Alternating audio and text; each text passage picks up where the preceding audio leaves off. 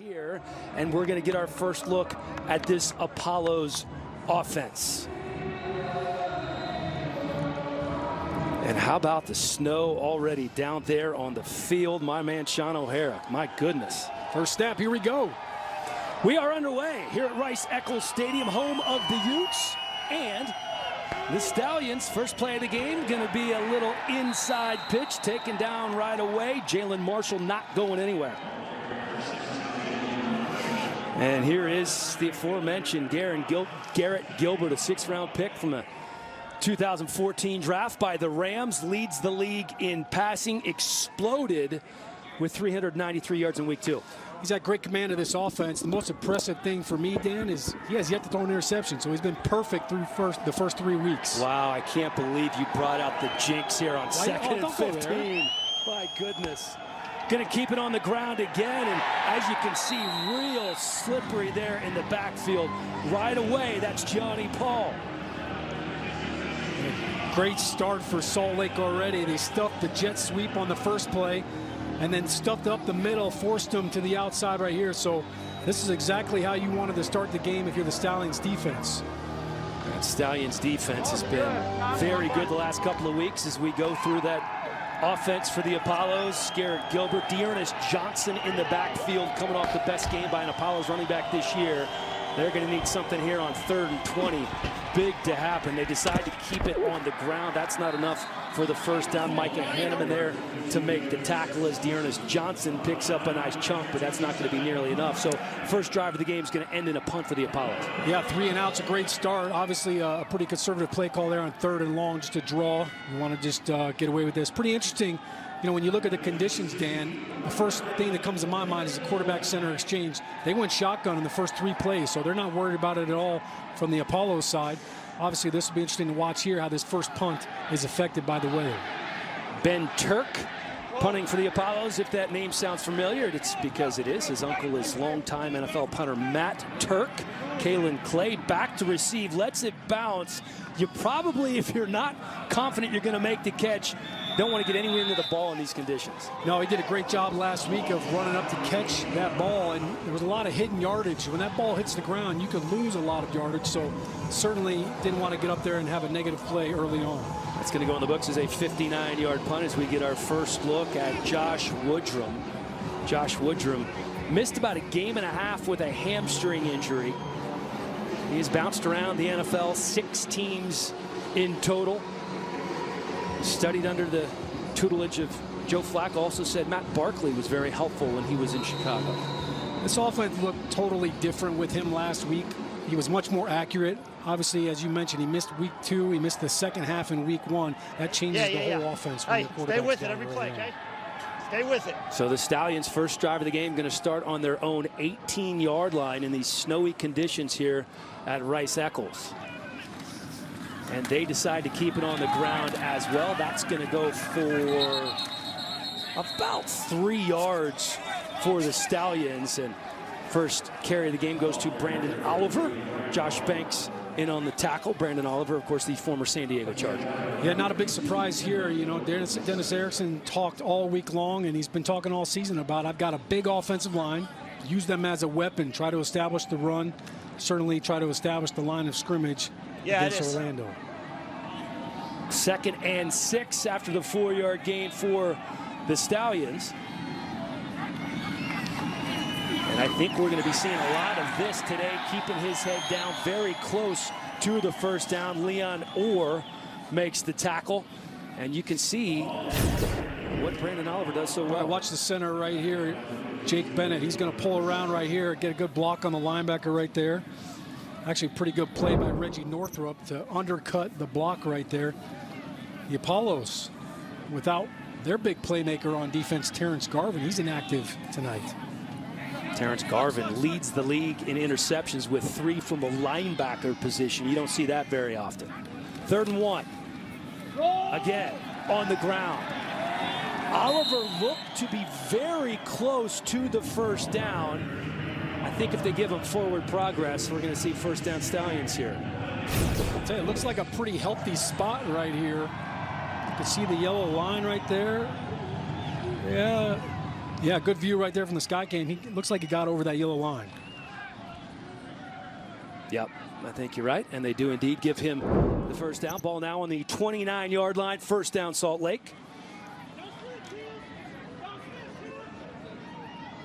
And they said they were really looking for more explosive plays this week. I don't know if that's going to happen in these conditions as Oliver gets the carry again. Look through this starting offensive lineup for the Stallions. A lot of beef up front. A lot of beef up front. DeMornay Pearsonell, their leading receiver, coming into this game with 8 catches for 90 yards. And then, of course, Oliver and Buonio, 2 of the top 7 leading rushers through 3 weeks of the One AAL. play at a time. Yeah, you want some beef. How about left tackle? Jeremiah Putasi goes 334. The left guard, Uatafi, goes 325. They're going to run behind them a lot. On 2nd and 9, it's Oliver again. Oliver with some room, spins his way to the first down. It's been the Brandon Oliver show so far for the Stallions.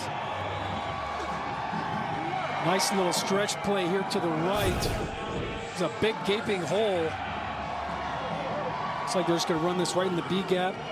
Good job by the right guard getting up to the backer. And look at this. Look at BO, as they call him, fighting for extra yards right here.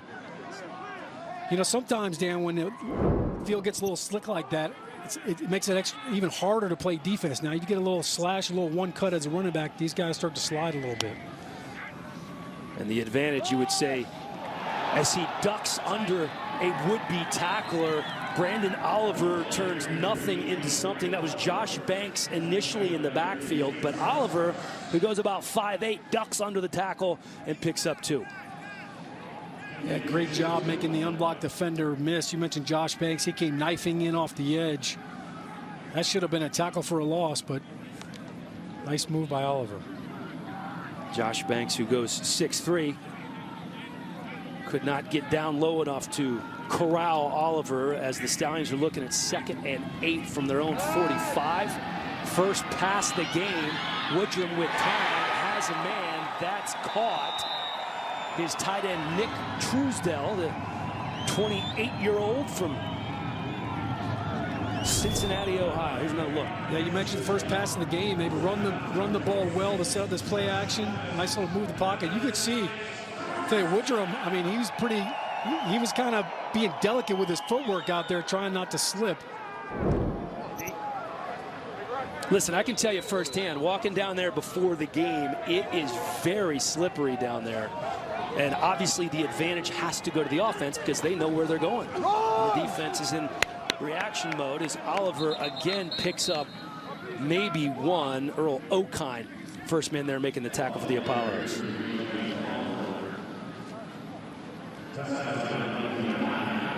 This Apollos defense, very strong in the linebacking core, but playing shorthanded. Sean, you mentioned the fact they're playing without Terrence Garvin. Ryan Davis, also a starter at outside linebacker, not going to be there as well. So Terrence Park slides in. Andrew Ankra going to be starting as well. That ball coach there, 2nd and 9 here. They swing out the pass to Newby. Newby with some nifty footwork, hops over a man, picks up the first down for the Stallions, and they're moving. Dan, we got a little, this is kind of like a little swing screen. They're going to leak out the left guard and the left tackle. Watch Putasi get out here, out in space. I call this elephants on parade. The defensive back goes low, he goes low. That was our first look tonight at Terrell Newby. Offensive coordinator Tim Lopano says he's one of the better route running backs that he's ever coached. He's got the best hands out of these running backs too. Here's Newby again. This time they keep it on the ground. Gained about 2 before he's taken down by Antonio Garrod, and I believe we have our first flag of the game.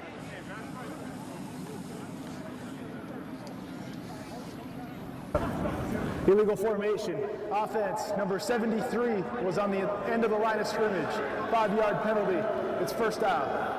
That penalty called on left tackle Jeremiah Putasi. Let's take a look at our home keys to the game, brought to you by At Home, the home decor superstore. Sean?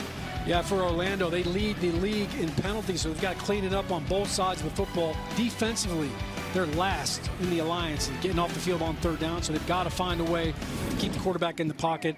And then obviously for Salt Lake, they've got to get some explosive plays. They haven't had a lot of them this year, least amount of explosive plays in the league, and they've got to get pressure on Garrett Gilbert.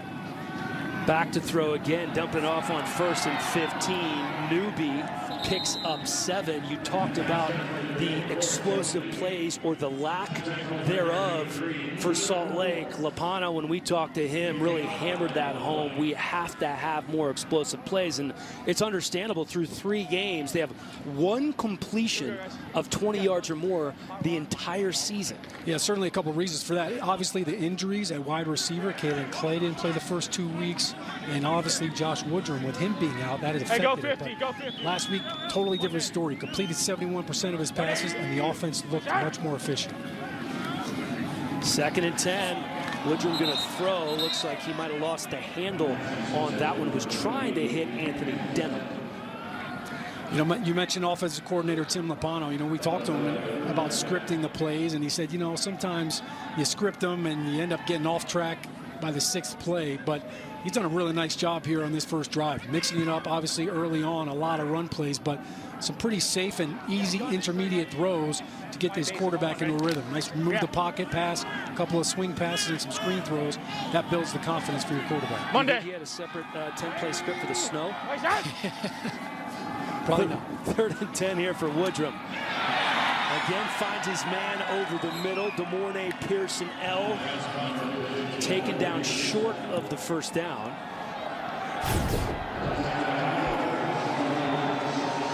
Yeah, it just looks like a little shallow cross right here. They've got him in zone coverage. And a pretty easy little throw. Jerome Copeland, the 3rd, making the tackle on Pearson L. So they're looking at 4th and 1. Monday. And Woodrum will be under center here. Keeping on the ground on 4th and 1, and that's going to be mighty close. He's right on it. I think they're probably going to give it to him. Looks like Newby fought his way ahead there for that first down. Let's see where they spot it.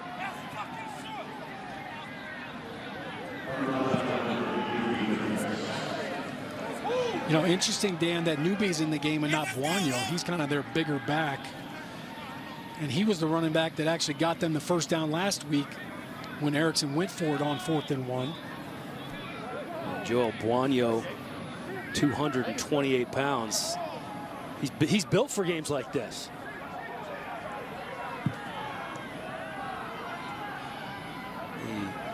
The measurement coming in here as they bring the sticks out in the snow. And they are going to be short by about 6 inches. The Boo Birds not liking that spot. I think it's okay with the head ball coach. We're back here in the first quarter in Salt Lake in just a moment.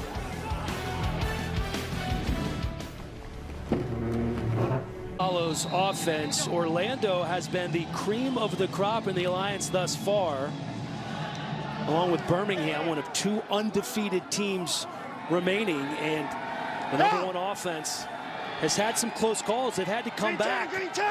They've had some trouble establishing the running game early, but late in games they've really leaned on it as Garrett Gilbert is complete over the middle to Jalen Marshall.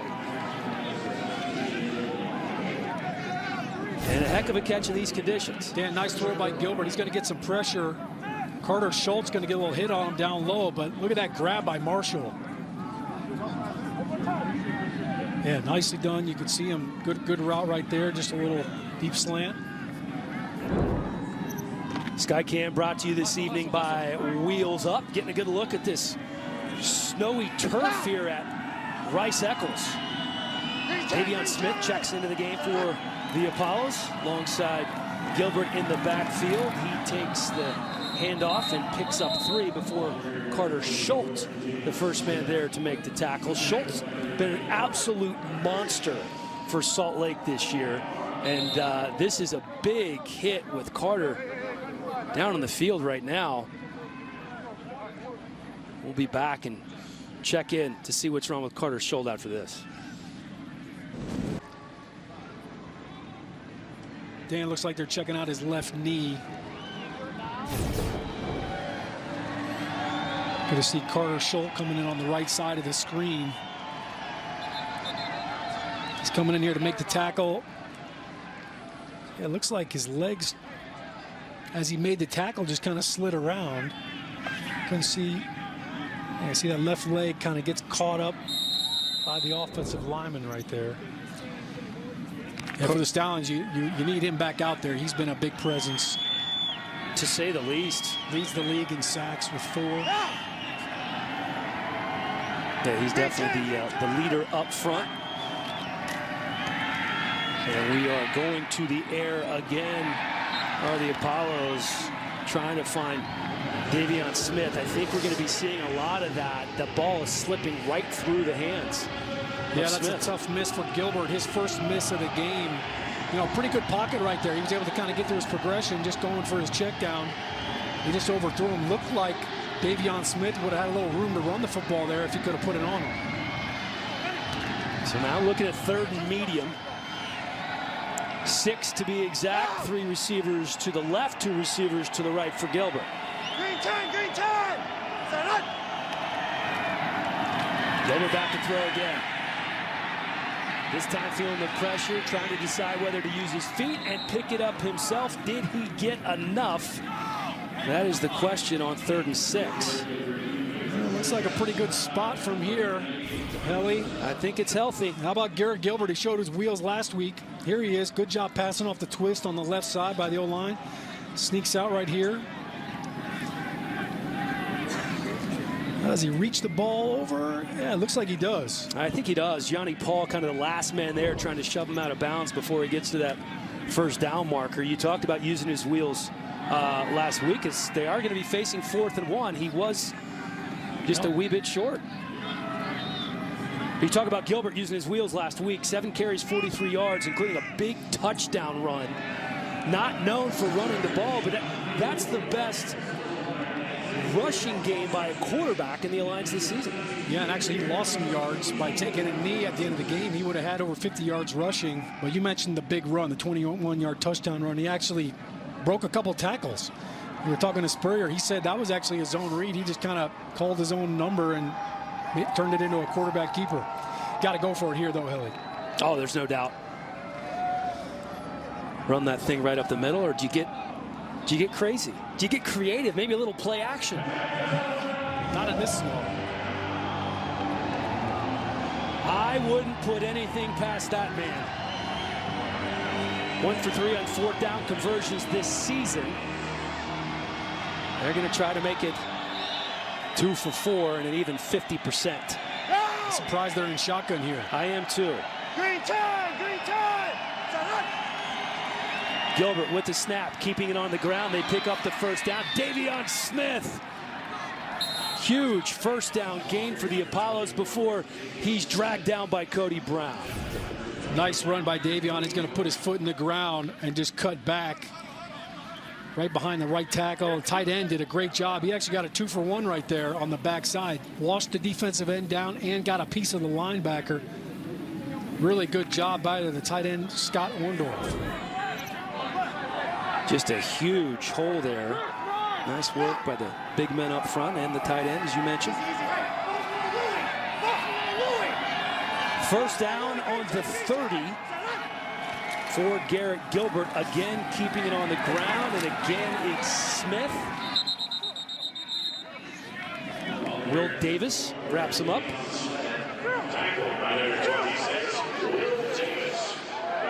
Davis, one of the leaders of this Stallions secondary, former 3rd-round pick of the Miami Dolphins. 25 games of NFL experience. Really enjoyed chatting with him yesterday. The numbers there on Davion Smith.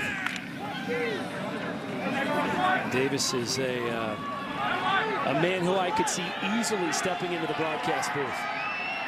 Very smart young man who played his college ball not too far away from here at Utah State. On the same team as Bobby Wagner, thrown on 2nd and 8. Gilbert has a man complete to Rennell Hall. That's going to go for just about 2 as Johnny Paul keeps him from picking up any more. Steve Spurrier is not scared of the snow, and neither is Gilbert. They spread him out, go empty formation. Basically just kind of a check down throw to a little out route.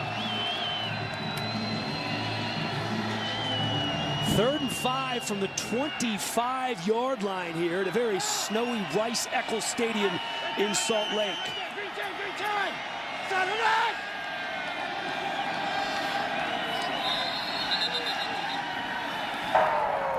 This is the first time out of the half for Orlando.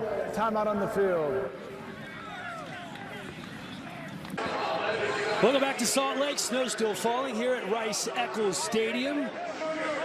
The Apollos on the 25-yard line of the Stallions, looking at 3rd and 5 as we are still waiting to see our first points of the game. It is a slippery track down there, I can tell you. Good news, though, for this Stallions defense. Carter Schultz back in the game after he left with an injury a few plays ago. The leading sack master here in the AAF with 4. 3rd and 5. Gilbert fakes the handoff, takes his shot, has a man in the end zone through the hands of his leading receiver, Charles Johnson. It's the first time he's targeted Charles Johnson, and looked like a pretty good ball right there. I think just a good play right here by Will Davis. Number Charles 64 is Charles eligible. Johnson, the leading receiver in the alliance. A good ball right there. I mean, he puts it back there. Oh, man. That's great coverage. Yeah, nice job by Will Smith getting his hand up just off the fingertips of Charles Johnson.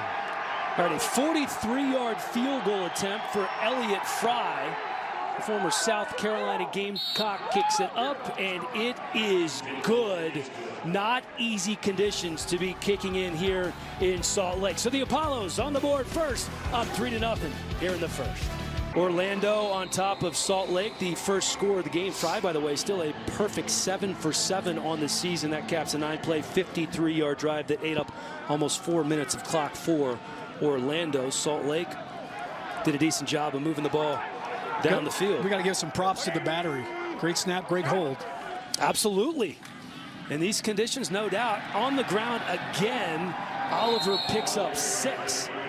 Brandon Oliver been doing some work here early for the Stallions. They've really been a two-headed monster this season in the backfield with Brandon Oliver and Joel Buonio. We have yet to see Buonio in this game. It's been Oliver and Newby thus far. 8 carries, 34 yards so far for the former Charger.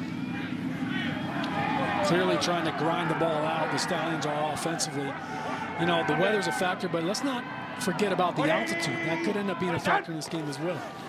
Absolutely. They're going to throw here. Richard over the middle, has a man. Adonis Jennings makes the catch and then hops up and tries to get a few more before he's slammed to the turf by Josh Evans. Huge play for the Stallions.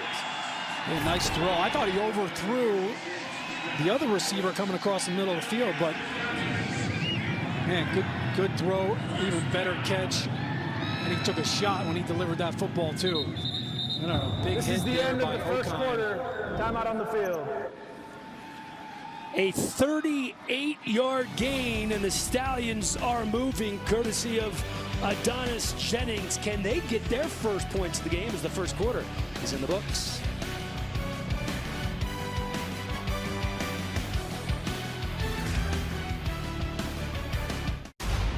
In the middle of the game. I know. We're live on TV right now. Will, playing in these conditions cannot be easy. How are you doing out there on the defense? Shoot, right now I'm doing good. You know, obviously we knew coming in there I was going to try us deep. You know, then obviously 12's hella Italian, already made my play, so it's going to be a grind. The main thing is just keeping these cleats, you know, getting that ice off the cleats, man, because it's slippery out here. Orlando likes to throw the ball. They're still doing it despite the weather. I mean, yeah, you like that? Love it. Yeah, bro. I mean, this is what it's for. The more times I throw, the more times I make plays. So that's what I want. All right, well, go make some plays, my man. All right. Thanks, guys. Back to you. Stay warm up there. Oh, you see that parting shot from Fish? Hey, stay dry, Jason. He's doing a great job down there. Brave soul. 1st and 10 on the 31-yard line. Keeping it on the ground again are the Stallions. That's Oliver going for 3. It's beginning to be very difficult to see where the ball is in terms of the hash marks, in terms of what yard line we're down there on the field. You've played in a couple of these snow games. Yeah, it's getting a little blurry there. My rookie year when I was with the Cleveland Browns, I was playing center. We were playing the Tennessee Titans, and there was a foot of snow. You couldn't see the hash marks. You couldn't see the sidelines. The referees just started spotting the ball in the middle of the field saying, hey, we're not going to try to figure out where these hash marks are. Probably best. I'm trying to figure out where the ball is myself out there on the field. Hard to see here. As Woodrum back to throw again, has a man. That's going to be good for the first down. That pass is complete to Kenny Bell. Kenny Bell, one of the faster players on the team, back after suffering a quad injury. And Woodrum very familiar with him. They spent some time together with the Baltimore Ravens. Yeah, Kenny Bell boosted this offense last week. He had 4 catches for 39 yards. 5th-round pick to the Tampa Bay Buccaneers in 2005. His dad played for Denver. Had over 2,000 yards as a returner in the late 80s. And this time, it's going to be Brandon Oliver caught behind the line of scrimmage. Earl O'Kine there to make the stop. Well, I tell you, Reggie Northrup is having a game already. 2 of the last 3 plays, he's fended off some blockers to make a stop. And Northrup, really the emotional leader of this defense. Spent some time with the Redskins and the Rams in 2017, played in the CFL, and he was a member of that 2013 National Championship team at FSU. 2nd and 11, Oliver on the ground again, picks up 2. Oliver now 11 carries after that fast start for 38 yards. Well, Reggie Northrup was 2nd on the team in tackles. Their leading tackler, we mentioned before, Terrence Garvin, not playing today, inactive. He's battling a knee injury, so Northrup's got to step up. Terrence Parks actually takes the place of Terrence Garvin, but Orlando, they've got some stud linebackers. They've got some big ones, too. We mentioned Earl O'Kine earlier. 6'7" is what he goes by. Remarkable. Woodrum gonna throw again. Woodrum pressure, drops the ball, bounces right back to him. Lucky break there as O'Kine was putting the pressure on. Yeah, O'Kine finished the playoff. Looked like Ankara got some pressure early on, number 55. You'll see him come in on the twist on the left side. He gets his hand on the quarterback and the football, it looks like. Number 73 is eligible. Number 73 is eligible. Woodrum lucky to fall on the ball right here. Number 64 is eligible. Taylor Bertolet, the Texas A&M product, will be attempting a 41-yard field goal. Again, I cannot emphasize enough how slippery it is out there on the Rice-Eccles turf. No kick is an easy kick in these conditions. Bertolet up and good. And we have a tie ball game here. Nice Early hold in the 2nd quarter. Good snap, good hold, good kick. Nothing comes easily. That's what happens in golf and in life. I'm very fortunate I can lean on people, and that for me is what teamwork's all about. You can't do it. Taylor Bertolet's field goal ties the game up at 3. Another look at the kick. Great job by the holder, Austin Rico, to get that snap down in these snowy conditions here. Yeah, the kicker, you always want to make sure your plant foot's there, but the snap was a little bit inside. Good job by Rico to get it down. Davion Smith behind Garrett Gilbert once again for the Apollos, and he is not going anywhere. A slew of Stallions there, including Tenny Palapoy and Greer Martini. Tomorrow, 2019 NFL Scouting Combine continues as Josh Allen, Nick Bosa, the top defensive linemen and linebackers, looking to make their mark in Indy. The 2019 NFL Scouting Combine continues at 9 a.m. Eastern right here on NFL Network. Keem Hunt checking in the game. They fake the handoff there, then they dump it off to Hunt. Hunt picks up the first down. Nifty moves. You can see the speed from the man who started the first 2 games of the season for the Apollos. You're going to see another hit on the quarterback by Carter Schultz. How about the block out there in space by the left guard, Jordan McCray, number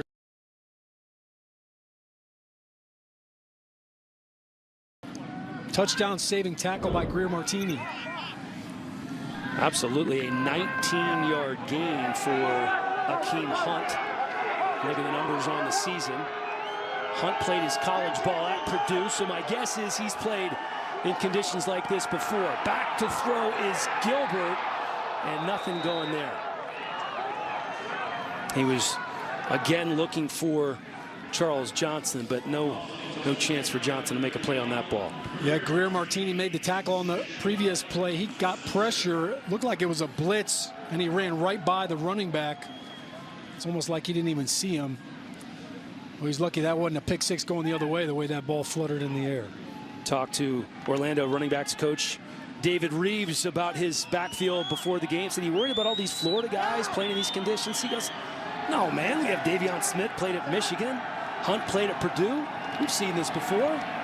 On 2nd and 10, going to the air, unable to hold on is Jalen Marshall. Well, we basically saw the same play earlier on in the game, and Jalen Marshall was able to make the catch. Here you see the ball's just a little bit high, but yeah, he's got to make that catch. Got to make that catch, but they're going to try to use the body. So slippery out there, even with these gloves on, that make catching the ball a lot easier than it was 10, 20 years ago. Yeah, definitely. That moisture gets there, and the ball's, just a little bit high and behind. It makes it hard. But hey, look, he played college football at Ohio State. He played 10 games with the New York Jets, so he's dealt with this. On 3rd and 10, that pass complete to Rennell Hall. And he's saying, I got the first down. Had to kind of come back to make the catch, and you can see the official saying that to him. It's 4th down. He ruled it short. That ball was on a rope. I don't think there's any question here, is there, as to whether they go for it or not.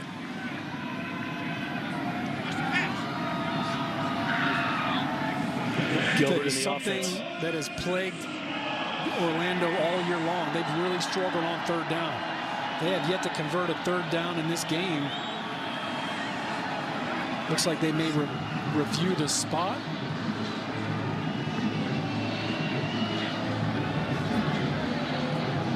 Good luck seeing what yard line that's on. Yeah, that is not a job that I would want right now. It's near midfield.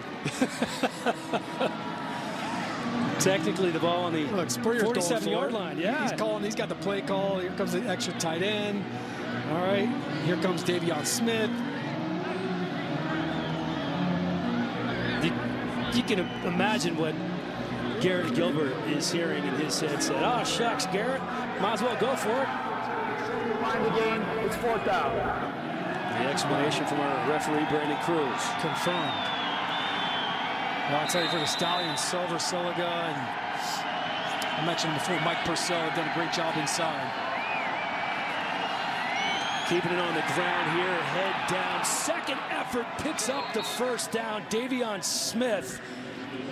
Well done there before he's taken down by Micah Hannum. It stopped initially behind the line of scrimmage. Yeah, really good push right back in here by the left guard and left tackle.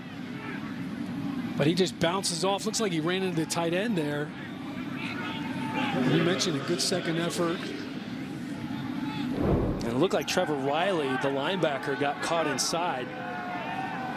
Ball now on the 42-yard line. Fresh set of downs for Orlando. Keeping on the ground. King Hunt. Johnny Paul. Big hit by Paul. The Utah product. Yeah, just a little draw play, Helly, and you mentioned it, Johnny Paul. He's going to come out of the left side of the screen. Look at him just come flying up, unblocked. Good job there by Siliga, too, getting in on it.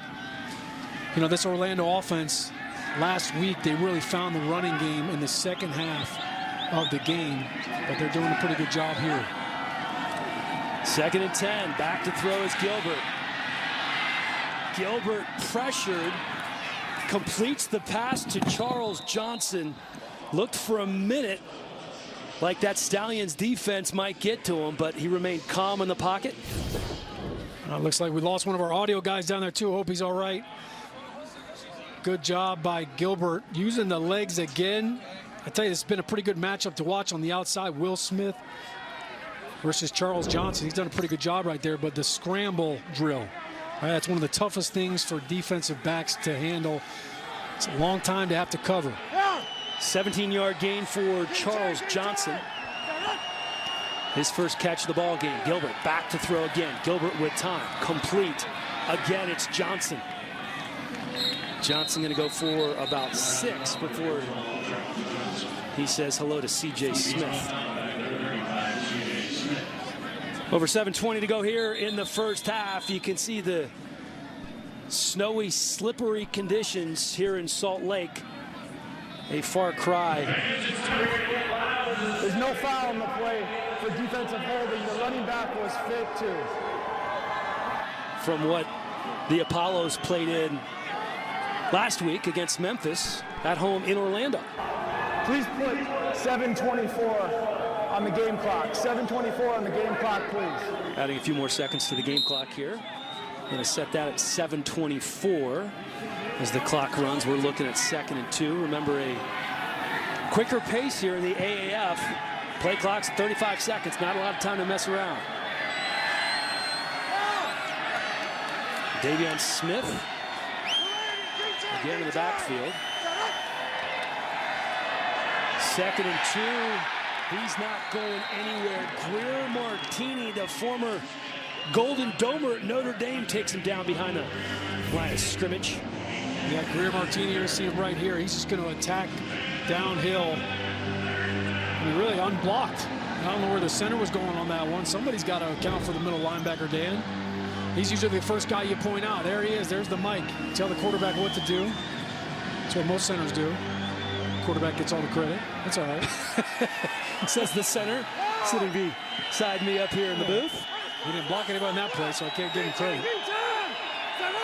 Sean Price lined up at fullback. Orlando going to throw here. Nothing going for Gilbert, trying to direct some traffic. Was looking for Chris Thompson. Well, he had all day to throw that ball. Carter Schultz going to get some pressure at the end, but again, another 3rd down play that they can't convert. Looked like a little 3-step. He wanted to get the ball out.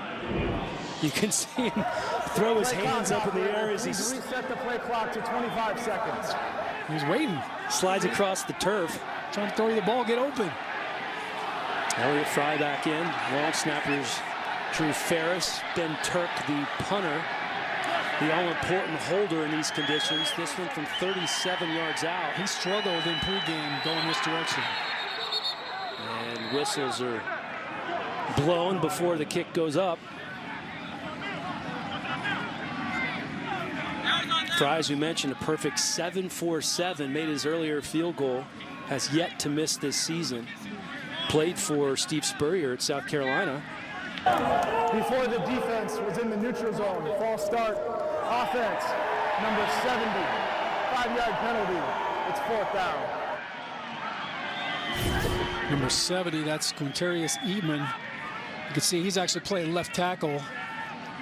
And yeah, he definitely moves before the ball. Well, I mentioned penalties, right? You did. Orlando.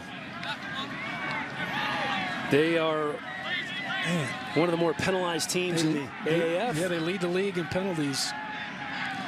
And I mentioned that, you know, I was watching Fry kick in pregame. We were standing up here. The wind was moving. You were standing up here. I was standing down there, by the way. Yeah. The flags, I mean, the orange flags, they were horizontal. Doesn't look like it's as windy now. And this time from 42 yards out. Snap is down. Kick is up from Fry, and that splits the uprights. Our 3rd field goal of the game, going to put Orlando up by 3. Did you see that hold? That was phenomenal.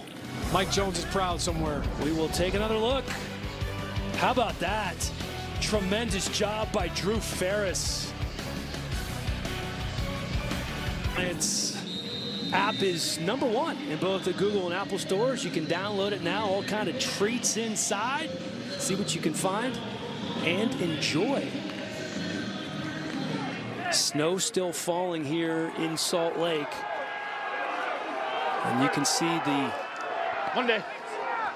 footprints on the field. Hard to figure out exactly where they are. Currently on the 25-yard line. Salt Lake going up top. Woodrum had a man. It was Kalen Clay, but he overthrows him. And he had him. We have a flag down. Yeah, he grabbed him.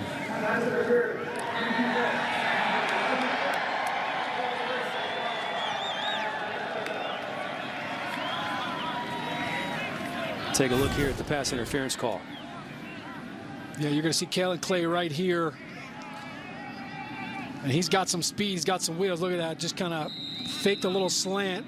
Ran right by the corner. Marquez White. And so that 15 yards puts him on the 40-yard line. They're going to keep it on the ground. And that is our first look at Joel Buonio coming into the game as the 5th leading rusher in the Alliance. Mark Myers stops him for a loss of 1. Buonio, big kid, 6'2", 228 pounds, out of Northern Illinois. Spent some time with the Bears and Packers, the Jets and the Lions. Almost hit everybody there in the north, huh? He's a pile mover. Need a big back when you're dealing with the elements, right? Absolutely. 5 wide receivers set for Josh Woodrum. Woodrum going to the right side, has his man. That pass is complete to Brian Timms. Timms was actually cut by Orlando earlier this year, and Salt Lake very happy to add him to their roster. One of the few men in the world who has a Super Bowl ring and a Grey Cup ring. Brian Timms out of Florida A&M. Terrell Newby checking back into the game at running back for the Stallions. They're looking at 3rd and 3. Woodrum going to throw again from the 47.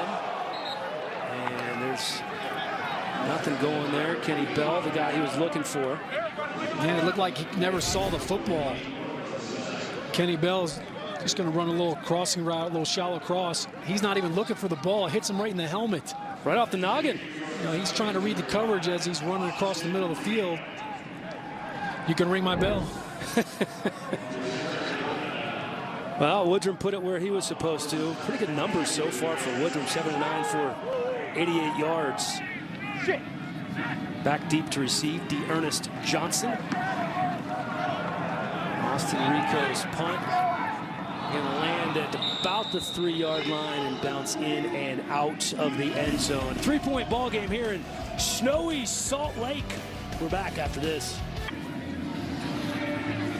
In conjunction with Navy Federal Credit Union, the Alliance is proud to be staging a military seat upgrade program where families each week are able to upgrade their seats on game day in recognition of their service. Very cool program there. Is still a 3-point ball game here in Salt Lake. Ernest Johnson out of South Florida in at running back for the Apollos on 1st and 10. Nice spin move there by Johnson as he picks up 7. Johnson, a real interesting story, by the way. He was not on this roster early on. Sean, as we get another look at the run here. Yeah, the fake the reverse right there. You can see Trevor Riley, he's in play, forces him back into his help. But look, Steve Spurrier, he loves the trick plays. We saw it in week 1. We saw their version of the Philly special. We asked him, we were talking to him, I said, hey, do you have any clever names for it? He's like, no. He's called it throwback to the quarterback. Nothing tricky, 2nd and 3. That pass incomplete, looking for Dante Dye. Back to Ernest Johnson quickly. He played at South Florida where he was familiar with running back coach David Reeves, who was his offensive coordinator there. He was in minicamp with the Saints, not invited back to training camp. He was working on a fishing boat in the Keys, working as a personal trainer. Kept calling Orlando, saying, hey, you need a running back, you need a running back. Finally, they brought him in. He didn't start the first 2 weeks, and then he goes for 79 yards last week, the most productive game for an Orlando running back this season. On 3rd and 3, Orlando going to go to the air. That one complete to Charles Johnson. And it's a first down, Apollos. Here we go, Johnson and Johnson. All right, you talk about Dearness. Now we got Charles. I'm not talking about the baby powder. I'm talking about their 1-2 punch. He just kind of sits down in coverage. You're going to see him kind of sit down right over here in the zone right there. Just find a little window. Look, I mean, you show your quarterback the numbers, kind of makes it easy for him to put the ball right on him. But going back to Dearness Johnson, coming in this game, he was averaging 6.6 yards a carry. Might be tough with these conditions to keep that up, but yeah, he's been their workhorse. Again, going to throw. Gilbert looking deep and trying to connect with Brunell Hall. Oh, Gilbert takes a big hit. They run a little twist game inside, but again, Carter Schultz coming in here. Ooh. He gets high load right there. Yeah, that was Purcell and Schultz. Yeah, it looked like Palapoy got him low. Yeah, he's feeling that one. Carter Schultz left the game for a couple of plays with an injury. And last Back week, on the field. they got after John Wolford. We had him mic'd up, and he said, "Man, I'm getting hit every play." They're back at it again. Dearness Johnson in the backfield. They quickly faked the handoff to him. That one is complete to the sideline. That's Chris Thompson making the catch, but we have a flag on the play. Personal foul, roughing the passer. Defense, number 96, 15-yard penalty added at the end of the play. Automatic first down. Silver Salinga, the veteran of 7 NFL seasons, called for the penalty. Good throw, good catch by Orlando here. In these conditions, you really have to focus. Chris Thompson hauling it in. Here's another look at the... Yeah, it's definitely a little late, a little extra. They said enough it's of just that. a little love tap. Yeah, I mean, when you're big like that, when you're you know, 6'2", 345, you feel a little more than you would normally. So we're seeing a lot of balls kind of sail on Garrett Gilbert here. And I think that's really condition related. You know, if the ball is getting a little bit, if it's wet, it's damp. You know, obviously, as a center, you want to make sure that center quarterback exchange is clean. But as a quarterback, if that ball's getting moist and it's getting hard and it's slipping out, that's why you're going to see the ball sail a little bit. Green 10. First down on the 32. Gilbert to throw again. Dearness Johnson met right away by Greer Martini. Greer Martini does a great job right here, seeing the offensive lineman leak out. He sniffed this out from the get-go.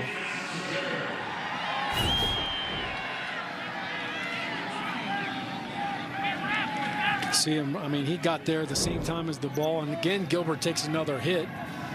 You could see Dearness Johnson, he came over acting like he was going to block the defender, and then he just kind of let him slip right by. He called it a slip screen.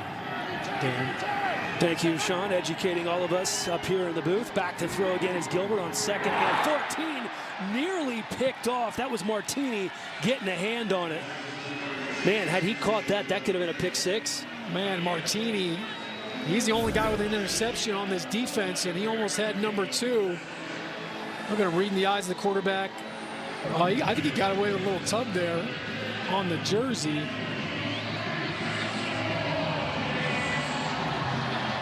Nice job.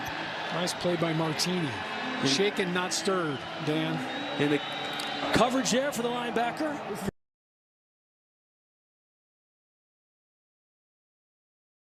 Going to converse with the head ball coach.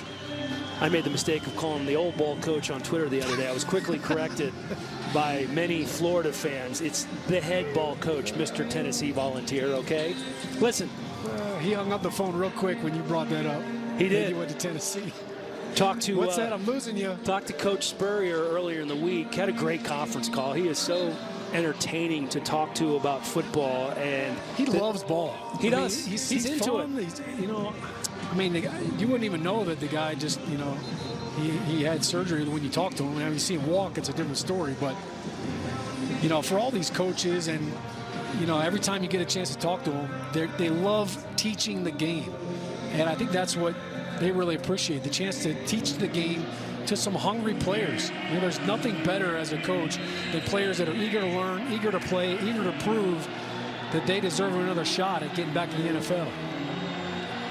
Look at the head ball coach there. Let's see what he draws up on 3rd and 14.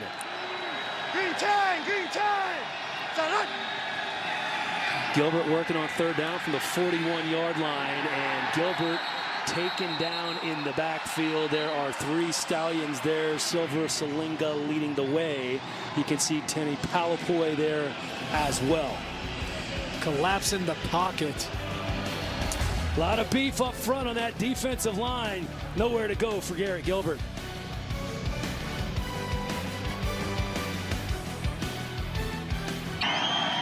Orlando going to be punting here.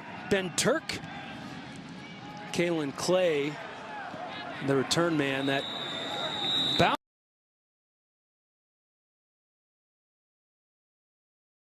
A look at the head ball coach there. Jason Fisher got a chance to talk to his wife earlier. Jason, what do you have?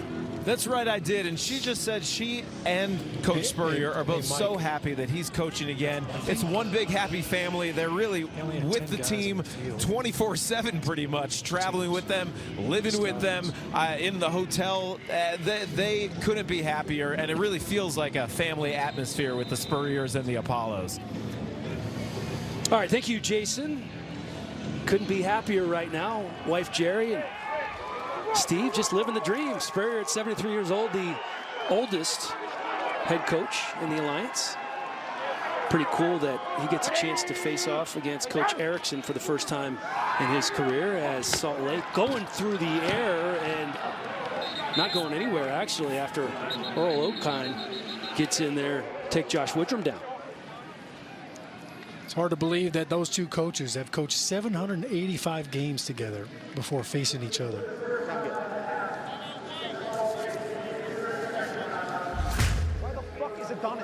And how about this? Dennis Erickson, nearly 50 years of coaching experience. This is just their head coaching experience. What a resume for both of these guys. Erickson, a college football Hall of Famer, a couple of national titles, of course, at Miami. Spent some time at Arizona State in the NFL. Erickson at the U. Oh, that was a great series they did. How about for Coach Spurrier, right? One of 4 people to be elected to the College Football Hall of Fame as a player and a coach. It's pretty impressive. Heck of a quarterback back in the day. Steve Spurrier has had so much success. Does he look cold? Oh, he's fine. He's all right. Got a hat, he's got gloves. He's not even wearing a heavy jacket. Head ball coach is right at home here. The first ever game, though, he has coached in Utah.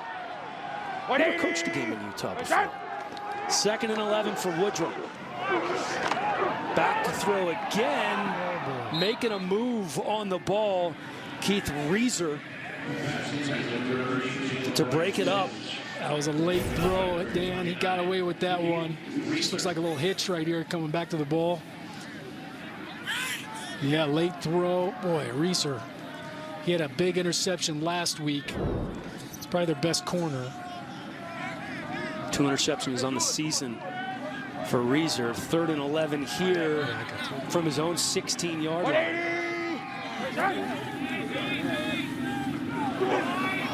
Woodrum dumps it off short to Oliver. Oliver tries to keep his feet, but heck of a tackle by Josh Evans. Nice hit. Josh Evans is basically playing middle linebacker. He's right in the middle of the field. Comes up, takes the legs out. Evans, the former 6th-round draft pick from the Jags in 2013. Started 37 games over the course of his NFL career with the Jags and the Redskins. We're going to have another punt this time. It's going to be Austin Rico. Rico, an interesting story. Like a lot of these punters and kickers, he did both in high school. Actually made a 67-yard field goal in high school, which still is a Washington State record. Also led the nation in punting, averaging 48 yards per punt in Idaho. One of the many Dennis Erickson connections. Erickson, of course, spent some 67 yards time in Idaho. Yeah, that's lengthy. Quinn back to return here. And it looks like he could have plenty of room. Ball goes through his legs. The snowy conditions making it so hard to catch a punt. Finally corrals it. And this is not going to be great field position for Orlando. The tackle made by Greer Martini. Here's another look. Oh boy. Right through the arms. You could see him kind of backing up a little bit. It's almost impossible to catch a punt in these conditions. If you're the special teams coordinator, do you just tell your guys just maybe don't touch the ball in these circumstances? Well, I mean, after that, maybe. But yeah, I mean, you're trying to gauge where the ball is, and you know, you could see him backing up right there. I mean, he looked like he was in position. It just went right through the arms. 65-yard punt is how that's going to go in the books from Austin Rico. Garrett Gilbert back in for this Apollos offense. Davion Smith beside him in the backfield. 1st and 10 from their own 10-yard line. Smith picks up 2, maybe 3 yards. Darius Hamilton, Trevor Riley there to make the stop. This is the second timeout of the half for Salt Lake. 30-second timeout. Yeah, to your point, Dan, with this field position, they're going to unload the timeouts, see if they can get the ball back and try to either take the lead or tie this game up. You know, last week, Salt Lake jumped out to an early lead. They were up 9-0. They ended up giving the lead back going in tied at halftime. But, you know, this offense, we talked about how they struggled the first couple weeks of the season. This could be a big stop for them right here if they could find a way to get the ball back. And, you know, with another timeout, they could get the ball back with 30 seconds. Maybe have a chance for a shot at the end zone. I don't know how many shots you're taking in these conditions. This really limits your ability to call certain plays here. 2nd and 7 from the 13-yard line. Davion Smith at tailback gets the carry. Can't shake the Stallions tacklers. Paul, one of the first guys there. Good old-fashioned gang tackling from this Stallions defense. About 6 men there on the tackle. It was the most talked about commercial if you watched the Super Bowl, which I'm sure you did. Now you can take a look behind the scenes and see how it was made. The making of the 100-year game. That's tomorrow at 4 Eastern, only on NFL Network. So many big names, Hall of Famers, Pro Bowlers. You had Odell on there making a catch. You had Jim Brown. You had Orlando Pace. Saquon.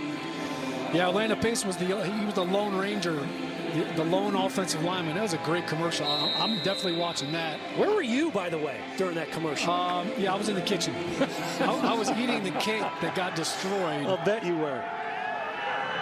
Marshawn Lynch, that was great.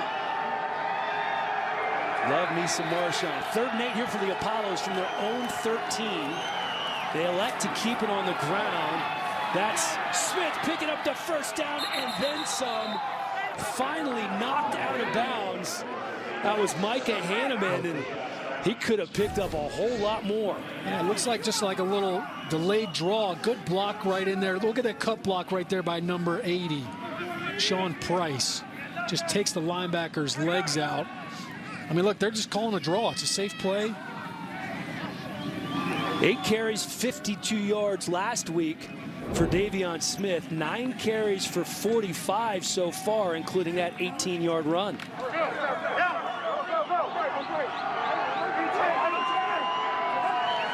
Smith, who plays college ball at Michigan, going to get the carry again, and this time it's going to go in the books as a no gain.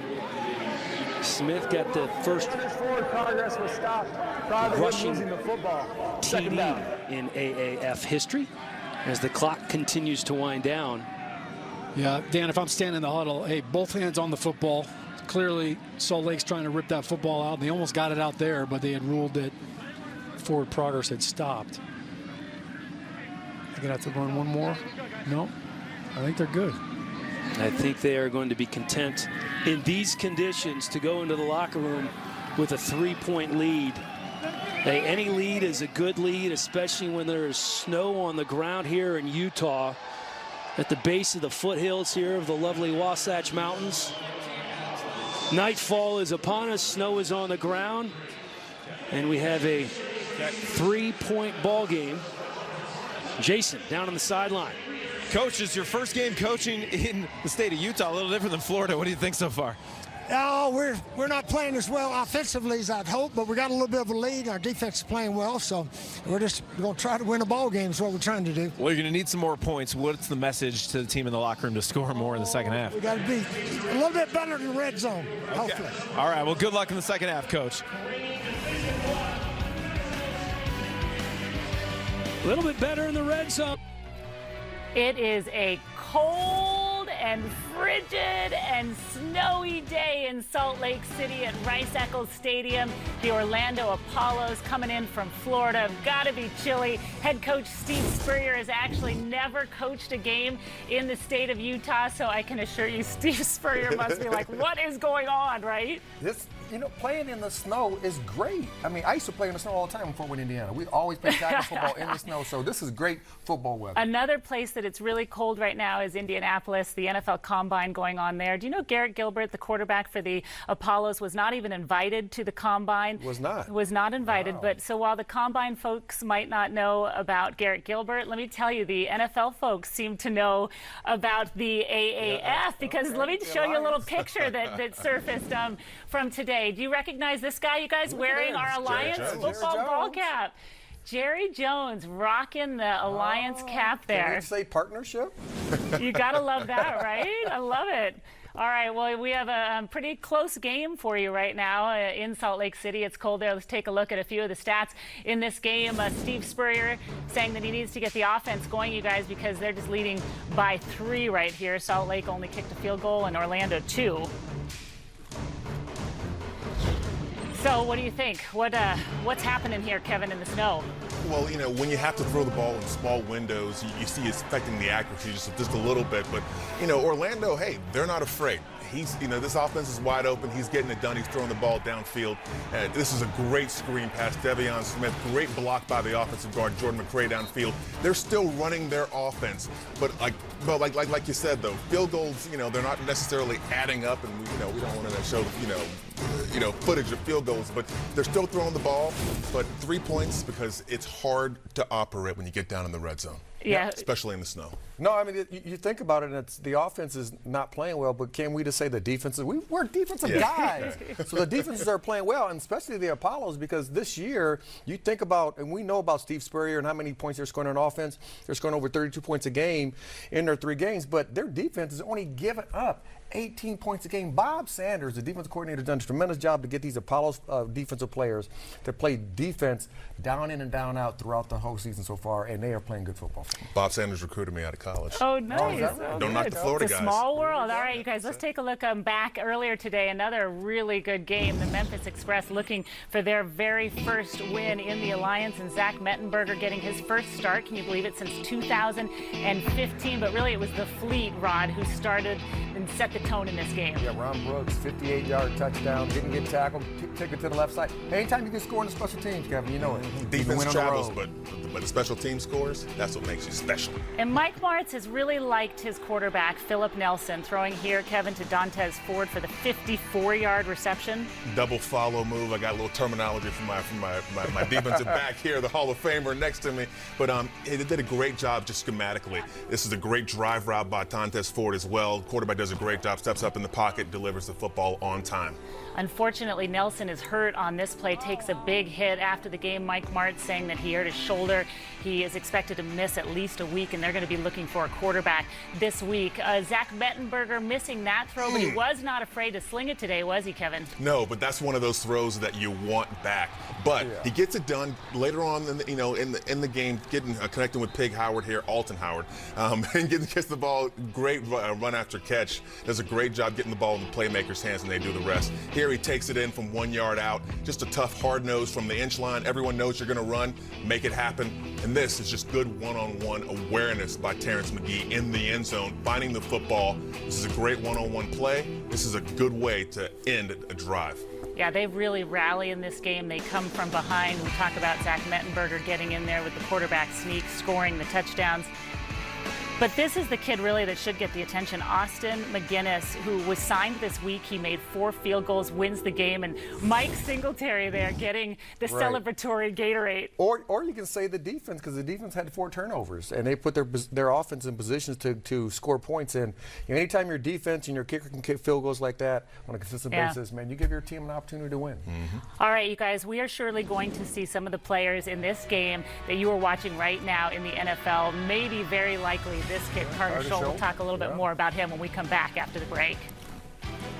Happen at that Arizona game. They'll be honoring the Hot Shots, who the team is actually named after the firefighters here in Arizona that have been very near and dear to this state. Carter Schultz, you guys, we mentioned one of the players that we're watching that will likely maybe be on an NFL roster eventually. Kevin, give me some other players that you're looking at. I think you like one of the guys playing in that Hot Shots game tomorrow night. Yes, Rashad Ross is kind of the guy that I have my eye on. But someone built me a nice graphic. Yeah, nice list of players. Get that up here. See, Garrett Gilbert, he's the guy that I was talking to you about in the break, Rod. He's a person that's going to benefit from being under the tutelage of a Steve Spurrier. Just your read progression, where to go with the ball. Jaquan Gardner, look, he's a bowling ball. We keep showing highlights of him. He's able to hit the hole, downhill, low center of gravity. Trent Richardson is a guy who's a veteran guy who's been around. Tough, hard-nosed, going to get you those tough yards. And, of course, my guy, Rashad Ross. Not really my guy, but he's my favorite guy on this list. You like his dance moves, I think. Is that what you like about him? He's got great dance moves, but you know what? He's a great receiver. Getting open, he has high football IQ. I like smart football players. I think, there's no such thing as a dumb player. I think there's a coach that can't reach them, but this guy, he's a step ahead of almost everybody he's playing with. And he fits right into the NFL celebrations because he has some good ones. He's got some good ones, and he's had an opportunity to do a few times in the end zone. Now, Rod, what's your list look like? If you just quickly just throw up the defensive side, and we talked about Carter Schultz. He's played extremely well. Jamar Summers has been I've been a fan of his him from since day he one. started with 2 interceptions. He had a strip on special teams. He's done a tremendous job, and you see right here in Terrence Garvin, he's been the leader for him. But I'm going with A.J. Tarpley, and I'm going for one reason. He was already in the NFL. He played for the Buffalo Bills. He walked away on his own because he got a concussion. He can play football. He understands the game. He's very headsy. He understands the concepts of what offense is trying to do to him, and he's played well. So hopefully he'll get another opportunity to show his wear back in the National Football League, because I think he belongs back there. Yeah, a lot of these guys really proving and making the most of their second opportunity. All right, we're going to send you back out to a snowy Salt Lake City where we've got a tight game at halftime. Dan Hellie and Sean O'Hara taking care of the second half for you. Enjoy. Welcome back to Rice-Eccles Stadium in Salt Lake. You are watching the Alliance of American Football here on NFL Network. Salt Lake head coach Dennis Erickson at halftime to his troops, who are down by 3. We get football first now. Go down and score. Just keep playing. Things are going to happen, okay? Things are going to happen. Just keep playing hard. We got to come down and move the football in that first drive. Field position is going to be real key here, guys. Field position is going to be real key in this game in the second half, okay? We've got to be able to throw it better. We will, okay? Got to get something on the board, okay? Just keep playing defense like you can, okay? Go get it now. Go. You could hear Coach Erickson say we have to throw it better, and we will. Not easy conditions to throw in here. They've cleared off kind of the center portion of the field to make it easier to locate exactly where they are. As we take a look at the first half numbers, 146 total yards for the Apollos, 126 for the Stallions. The passing yards low, as you might expect with the snow on the ground. Sean O'Hara. Yeah, certainly been tough conditions, obviously, for the quarterbacks to grip the ball, and we've seen a couple of balls go through some hands, but really for Orlando, the rushing yards are a little inflated thanks to that big long run at the end of the first half by Davion Smith. Salt Lake going to get the first crack here, keeping it on the ground to Brandon Oliver. Tough run from Oliver, very close to picking up the first down. He's likely going to have to settle for 9. Yeah, they open up with just a pretty simple run right here. You're going to watch the left guard right here, double duty, helps out with the nose guard, leaks up to the linebacker. Boy, Guanyo, man, he just keeps churning those legs. He never seems to go down on the first contact. Salt Lake trying to put together a good drive here, get on the board. Once again, this is a field goal game, and again, it's Oliver picking up the first down for the Stallions. Terrence Parks getting the start in place of Terrence Garvin makes the tackle. Kelly, that was just a weak counter, and boy, I tell you, Ryan Cummings, the right guard, number 79, he pulled around. It looked like he and the tight end hit the defender at the same time. He looked like he got thrown out of the club for wearing jeans. The linebacker went sprawling backwards. It depends on what kind of jeans you wear these days. You can wear jeans now. They were like your LA jeans, ripped. First down, Stallions throwing, pass complete to the right side. Brian Timms with his second catch of the ball game. Well, you said it. They want to throw the ball a little bit more. Basically just a quick throw. Out of shotgun, you can see Woodrum's ready to rock. Again, the ball a little high. But Timms. But on the numbers, and he's able to make that catch kind of with his body. I think it's those high throws that are giving these guys a lot of trouble. Here's Oliver on 2nd and 2. Another first down for the Stallions. Brandon Oliver, a really interesting story because he had his best year in his rookie season with the Chargers, over 800 scrimmage yards. And if you're a fantasy football player, I'm sure you remember him because you were picking him up on the waiver wire. Their most explosive runner. A really good thunder and lightning combination with Joe Albuania. Dan, he's a really good cutback runner. You saw him just put his foot in the ground right there and just slash right backside. Again throwing, again complete, and again it's Timms. Timms with his third catch of the ball game. We mentioned earlier he was cut by Orlando.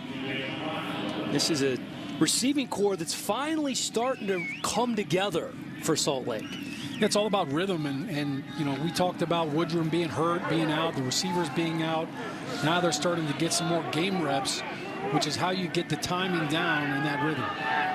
Kenny Bell was out with an injury. Kalen Clay was out with an injury. 2nd and 5. Oliver picks up a couple. This big offensive line up front. Josh Woodrum loves playing behind him. I said, who's your security blanket? Who do you really love here? He said, you know, my security blanket is actually my offensive line. O'Hara was grinning ear to ear when Woodrum said that. Well, of course. I mean, it's a great answer. Obviously, you want to, bring your offensive lineman in and get them some love. But we've seen it here today. They've really relied on this run game to kind of slow down this defense and get them tired. 3rd and 3 on the 44. Salt Lake going to throw again. Woodrum flushed out of the pocket, tries to pick up something. Anthony Moten, the man who wrapped him up. Anthony Moten just kind of walked the left guard to a toffee back in there. You're going to see right here, just kind of bull rush. I mean, his hands inside, kind of call one of those a coverage sack. Looked like Woodrum wanted to throw the football but had nowhere to go with it, and by the time he tried to run. Dearness Johnson back deep to receive the Austin Rico kick. Ball set at the 45-yard line, an end over end punt. Fair catch called for. I would just let that bounce. Holds on to it. They're going to have it inside their own 10-yard line. Still a 3-point game here in Salt Lake. Wheels up to Skycams. At our hands, a great view here. Orlando deep in their own territory. Dearness Johnson picks up 2. And this is a field position ball game. You can flip the field, very valuable. We've seen 3 field goals so far, still waiting for our first touchdown. It has been snowing since, I don't know, about an hour and a half before kickoff here at Rice Eccles. Orlando, of course, not used to these conditions. Most of the players on their roster from the state of Florida. Ronell Hall hauls that in about 3 yards shy of the first down before he's wrapped up by Will Davis.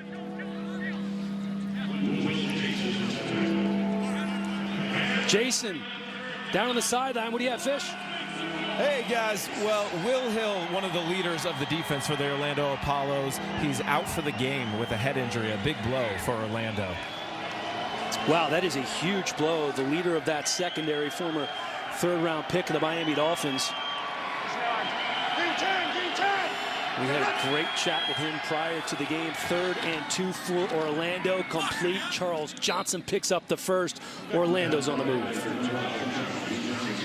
Nice job by Charles Johnson protecting that ball with the body. Garrett Gilbert's locking in. Nice rhythm throw right there. But yeah, going back to the Will Hill injury, that's huge. I mean, they call him Will the Thrill Hill. Obviously, he was huge down in Florida. I actually called an all-star game, the New Jersey Governor's Bowl. It was New York versus New Jersey. Will was pretty much the star of that game. He's definitely a big play guy.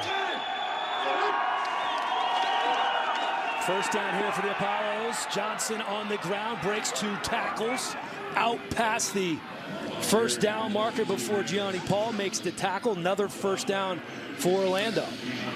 This thing's getting a little chippy here, Sean. Right down the middle of the defense here. Just a little draw. Looked like Siligo was there, and yeah, linebacker kind of came over there late.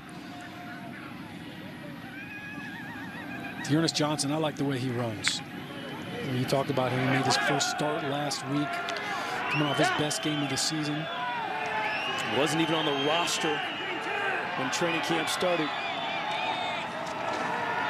First down for Orlando. Garrett, oh my goodness, right off the chest of Chris Thompson.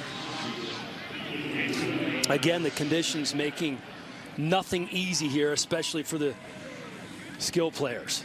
Yeah, lucky for Chris Thompson, he's not coming back to the huddle. Straight to the sideline. You don't have to feel the wrath of your quarterback when he looks at you like, really? I just put the ball right on you.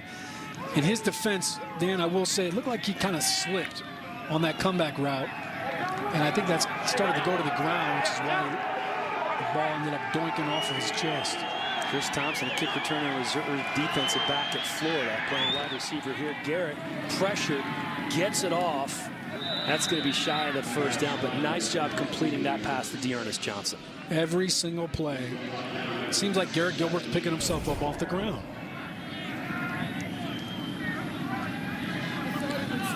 Bottom of the screen right there, you see the running back just leaking out.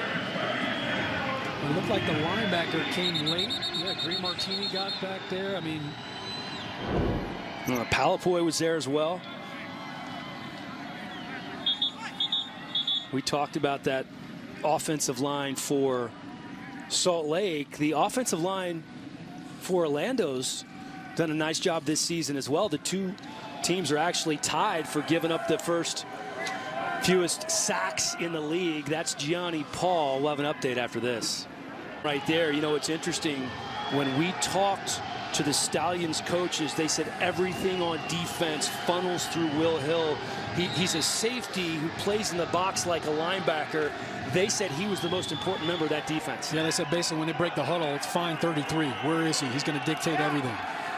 So let's not forget that Terrence Garvin, perhaps their best linebacker, out as well. Dearness Johnson takes the pitch. Dearness Johnson turns the corner and picks up the first down. Just gets to the perimeter. Greer Martini looked like he had an angle. You're going to see Martini come in here right at the end right there. Almost get a piece of him right there, but for Orlando, they're attacking the perimeter now.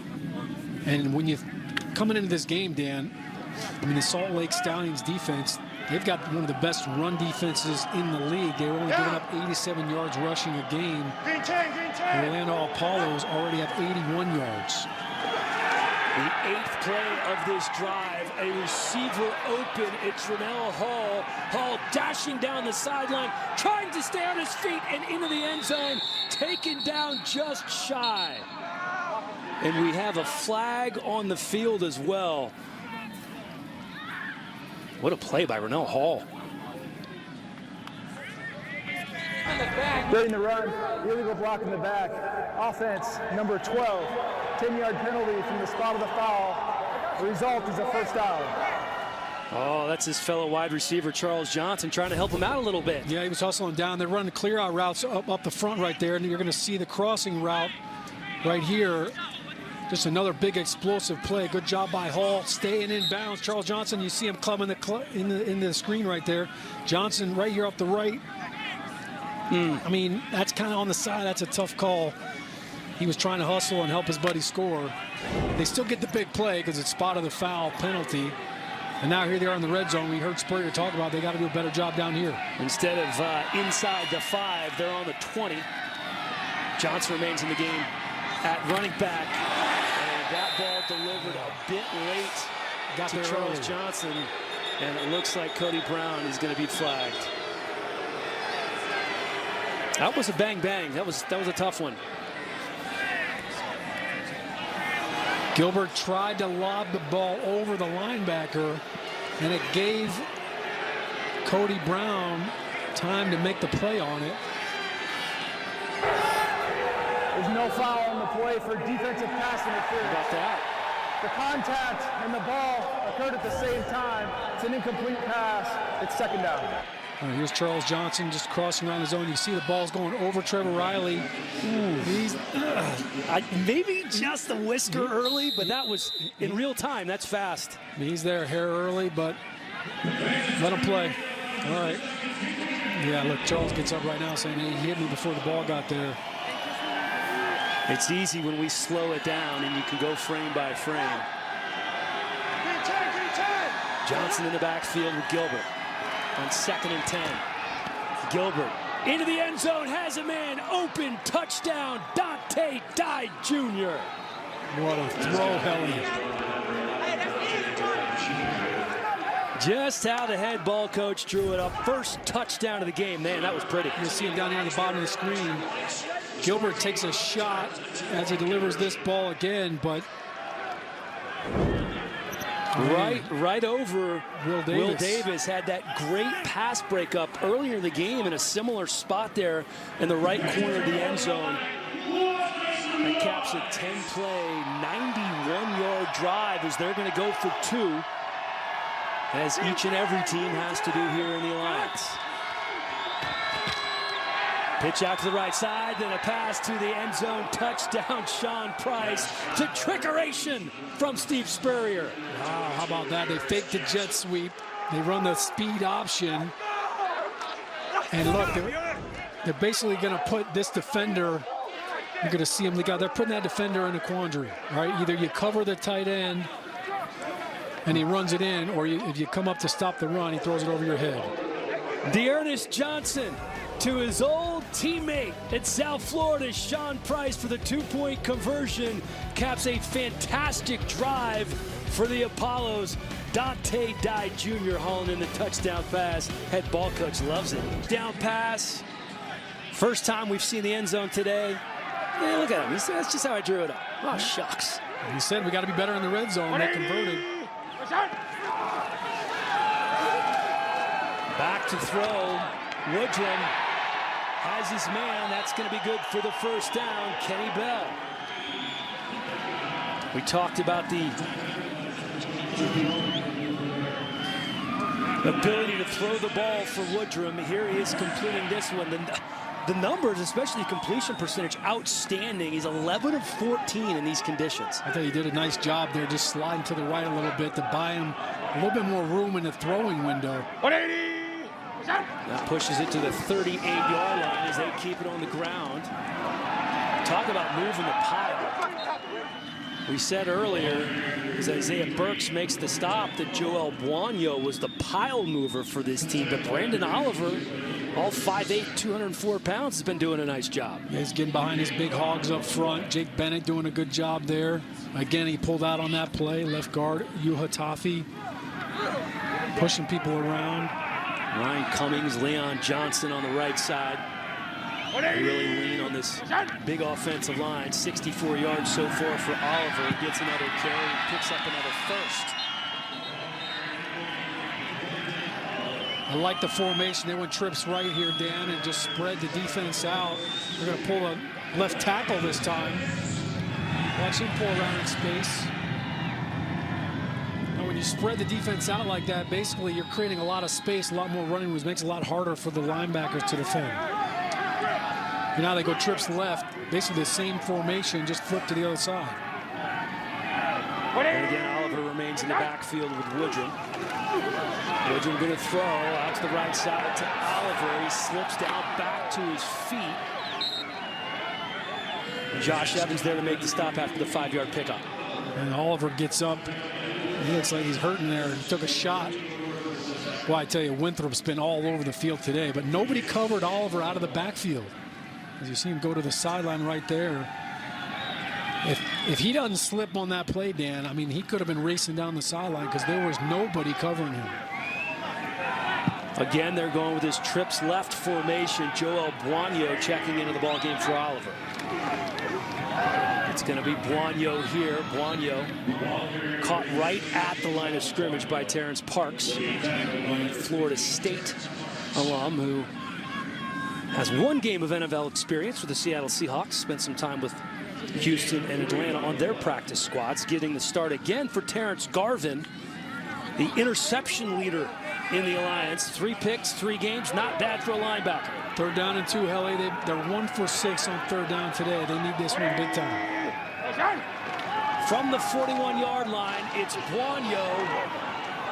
And Buonio not going to get it. Tremendous job by this Orlando front. Reggie Northrup says, not in my watch. Well, Ladarius Gunter looked like he knifed in.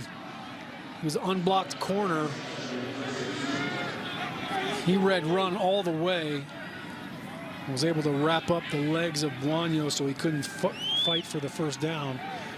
Erickson's going for it. Yeah, with the ball on the 41-yard line, I like this. 4th and 2 for Woodrum and the Stallions offense. Unable to convert on 3rd down, have yet to convert on 4th down today. And it looks like they're going to here as Buonio busted to the outside, gets just enough for the 1st. Orlando had the right defense. They went to their 5-down look. You're going to see they're all covered. Both guards, the center's covered. Watch this guy right here. He just doesn't read the play. He wrong arms the guard. He's right there. He's spilling it to a linebacker that's not there. So they pick up the 1st down. Buonio remains in the game. Woodrum fakes the handoff with time. Over the middle. Has his guy, Demone Pearsonell. Nice safe throw to Pearsonell. He obviously had the big game last week. He's going to come into your screen right over here. Woodrum just puts the ball right on him. That was Mark Myers in coverage. Pearsonell with a huge game last week. 8 catches for 90 yards and a touchdown. You see a theme here tonight? A lot of crossing routes. They're trying to keep these defenders sliding around. Here's Buonio with some room. Taken down by Jermaine Copeland after a 9-yard pickup. Buonio with his first consistent action of the game, and he's producing. Baldery, the tight end, he's gonna right here. He's gonna pull around. Look at him get that block right there on the linebacker. So the ball on the 14-yard line is the Stallions. Say, we see your touchdown, Orlando. Perhaps we have a touchdown of our own in the bag. Let's see. 2nd and 1. Same play. Buonio again, this time to the right side. Plenty of room for Joel Buonio. Keeps his feet and breaks into the house.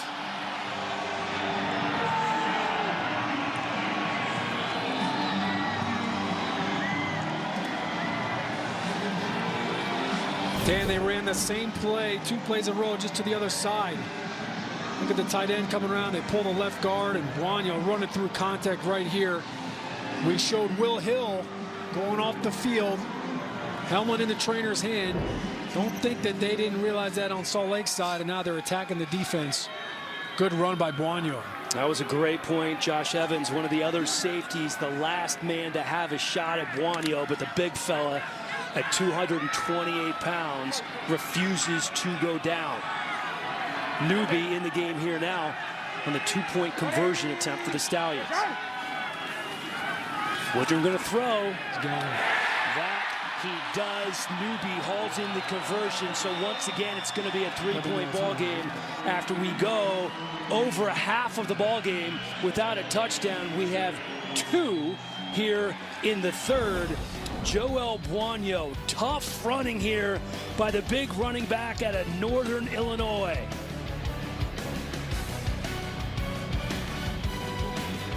Ten-play, 75-yard drive, ate up over 5 minutes off the clock.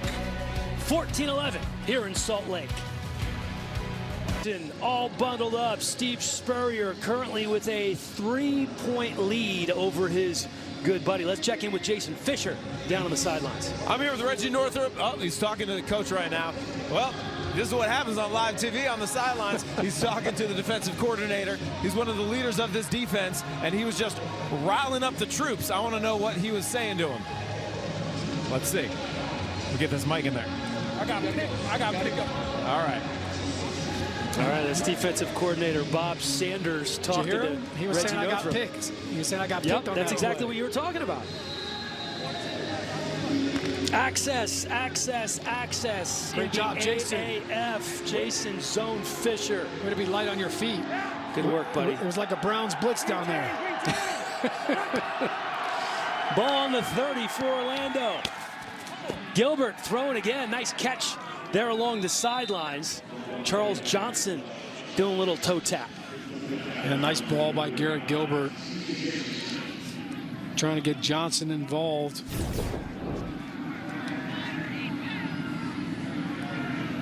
Look at this throw. Nicely done over on the sideline. Nice comeback route. All right, trying to get Charles Johnson going. He's the league's leading receiver. I think the conditions have played a big factor in his numbers today. Well, absolutely. Akeem Hunt in the backfield with some room for Orlando. Out across the 50-yard line, picks up the first down. Gives a little flex off, too. Yeah, nice running play there, Dan. Looked like a little delayed draw, and he got another really good block by his tight end, Sean Price. You'll see him right here. He's going to lead around right here up on the linebacker. Good job by Jordan McCray, the center, as well, and finishing that run. Man, he's punishing people. So the ball now in Stallions territory on the 47-yard line for Orlando. Hunt remains in the backfield once again. Gilbert going to throw to the left side. Great grab made by Charles Johnson. Climbs the ladder to get that in these conditions. That's tremendous. Oh, my goodness. Great catch. You mentioned climb the ladder. Also kind of look at him contort his body right here. Yeah, ball a little bit behind him. A little behind him. Reaches back. Nice job. He's getting a nice cushion right there. He's getting respect right now by C.J. Smith, who's playing off of him. You talk about them getting Charles Johnson involved. 6 catches, 68 yards for Johnson so far. This time they keep it on the ground. That's Hunt. Trevor Riley there for the stop, so that's going to put the ball right around the 30-yard line, and they're going to be looking at 2nd and 6 are the Apollos. You know, when Charles Johnson lines up to their offensive right, and he's been matched up with Will Davis, they really haven't gone after him a whole lot. But when he's on the left now against C.J. Smith, they're kind of picking on him over there. So keep an eye on where they're lining up Charles Johnson. That could kind of determine where Garrett's going with the ball. This Salt Lake defense plays mostly man, but they've been mixing in some zone lately. See what they do here on 2nd and 7.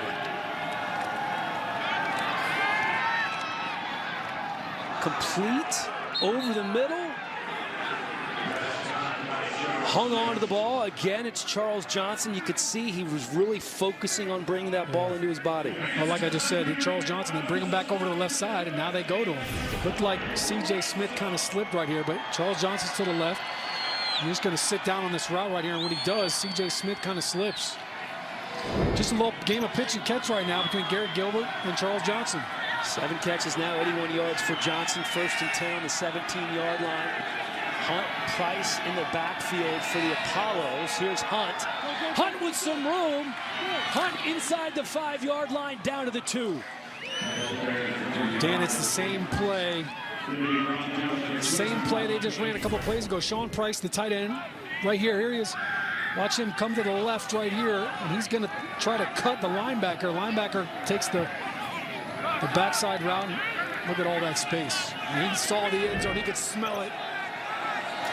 Apollo's on the 2-yard line. Pitch out to Hunt. Hunt hurdles a man and into the end zone for the Apollos. Touchdown number 2 for Orlando.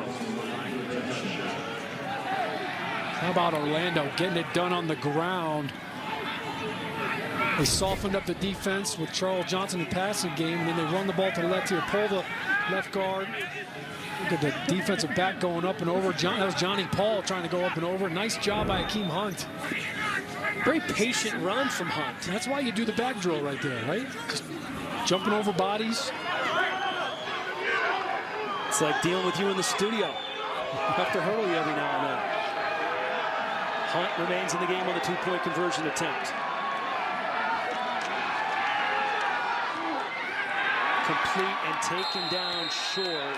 Hunt hit almost as soon as he caught the ball, kind of lost his footing as Andre Tolliver there to make the tackle. So it will remain 20-11. The undefeated Apollos on top of the Stallions. Just over 11 minutes to go for the home team to make a move. So we're back after another Apollos touchdown. A 9-point ball game here as we look at Akeem Hunt. That drive was basically all Hunt and Charles Johnson. How about this second half? 22 points already after just 6 points in the first half. And I don't think the Stallions are going to be afraid to throw the ball here. Woodrum's 13 of 16 for 139 yards. Buonio remains in the game at running back. That one's complete to Adonis Jennings. He's going to go for 5.